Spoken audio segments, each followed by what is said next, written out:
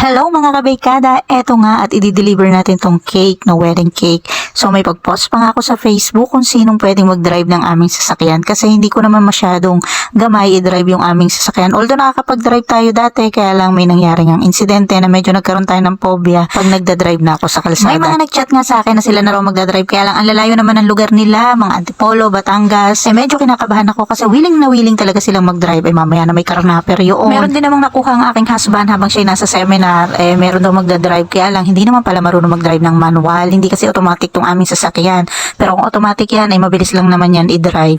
Kaya ayun, nilinis ko yung sasakyan, then eto nga nung araw na i-deliver na yung cake, ako na lang ang magdi-deliver. Meron naman talaga nag-volunteer na isa, kaya lang hindi kami nagkaintindihan. Shoutout sa'yo Ate Feb, kinabukasan pa pala niya alam, pero okay lang yun, alam ko namang tayo ay mga busy lahat, alam mo naman mga mommies.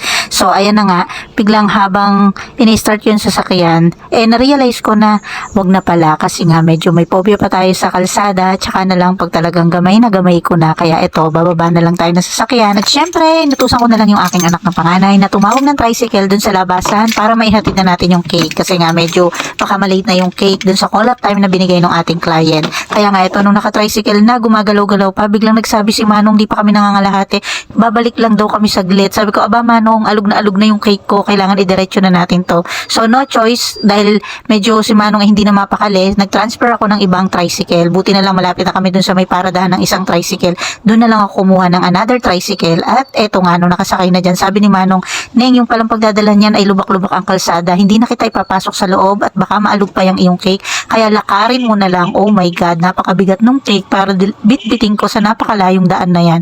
Pero no choice tayo, talagang binitbit ko yan. Talagang daig ko pang nag-gym ngayong araw na ito. At eto nga nung pauwi na, dahil estudyante ko pala, kapatid nung kakasalin, kaya inihatid na lang niya ako sa labasan. Pero take note 30 minutes ako naghintay dun sa payment, pero okay lang naman. Kahit na medyo pagod na pagod, ayun, nagkakwentuhan kami ng aking dating estudyante. Ganyan talaga, pag home baker ka, tapos wala kang ibang mga makakatuwang, dahil nga ang asawa ko may trabaho din naman. So, yan, go for the goal na lang tayo. Pagdating pa sa bahay, nagluto pa tayo ng lunch, nagligpit, and inihanda na natin yung gagamitin natin dun sa dalawang cake pan na nakaparada. So, yun, i-deliver din natin yung isa sa Santa Cruz, yung isa buti na lang ipipick upin. So, yun lang, ganyan talaga ang buhay baker, tagang tsaga-tsaga lang para tayo ay makamit ang magandang kinabukasan. Thank you and God bless po.